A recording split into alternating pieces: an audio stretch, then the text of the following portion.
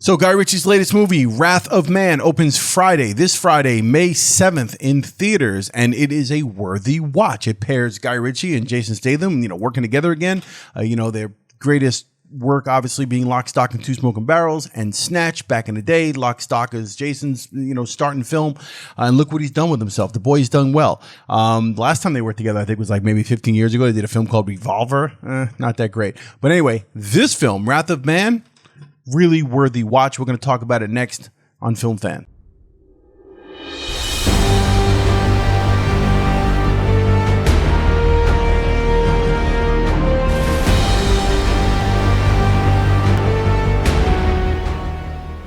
Hey, welcome to Film Fan, my channel where I discuss film, all things film related, collecting movies and streaming movies and television shows and all that stuff. And if you're new to the channel and you like that kind of thing, that kind of stuff, go ahead and hit that subscribe button along with the notification bell so you know when I put up new content and you don't miss it. Truly appreciate having you here. All right, so Wrath of Man, written and directed by Guy Ritchie. This guy's proven by now that he can helm an action flick, and he definitely does a good job here. This stars Jason Statham as H. H is a guy who gets a job with this really prestigious armored truck company that deals with like millions of dollars in cash being transported around LA on a regular basis.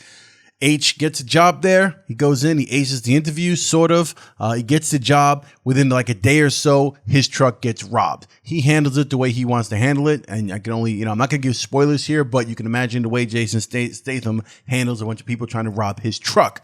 And then everything plays out from there. I went into this thinking that it would be, a Jason Statham flick where it's going to be action, a whole lot of ass kicking and shooting.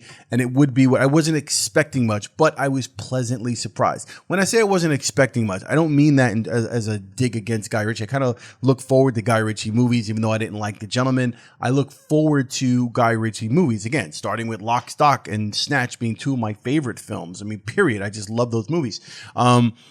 But I was expecting it just to be this kind of action caper kind of thing. And this turns out to be a really good, worthwhile action heist revenge pick. So Jason Statham's character in this, when he gets hired by this company, you learn that there's some motivation behind this whole thing. And it all starts to unfold in a non-linear kind of way. You kind of learn about what's going on here, what his motivation is to be there. And in the beginning, you're trying to figure out, you're like, what's this guy doing? And they're trying to figure it out. The people that work at the company and the supporting cast, they're trying to figure out, why is this guy working here? What is he? What does he do? We need to know. We can't figure it out. What is he? This guy is off his rocker. It's just a really good action flick that has enough of a story to it and a plot that the action is justified and it feels good. It's got a really, really spectacular gunfight, like a shootout kind of scene towards the end of this, kind of like Heat. Not like Heat. Nothing's like Heat, but it's up there. It's kind of like that. Supporting cast here is really good. Scott Eastwood plays a bad guy in this and does a great job at that.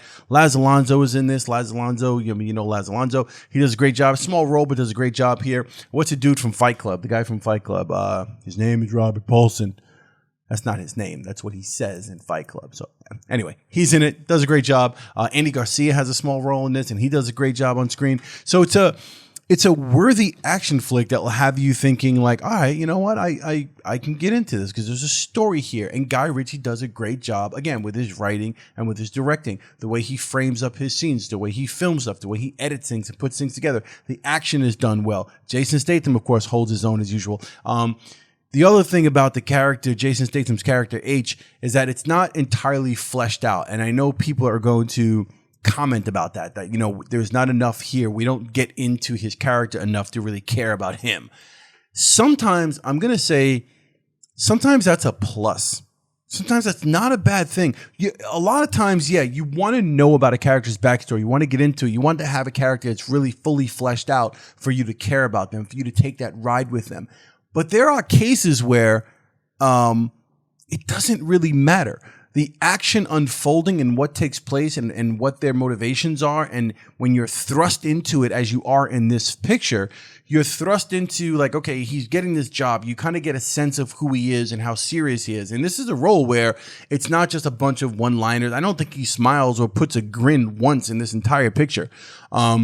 So it's like he's a man on a mission. He's focused. He's dead serious. And you kind of want to know what the rationale is for. Like, what is with this dude? It's kind of creepy.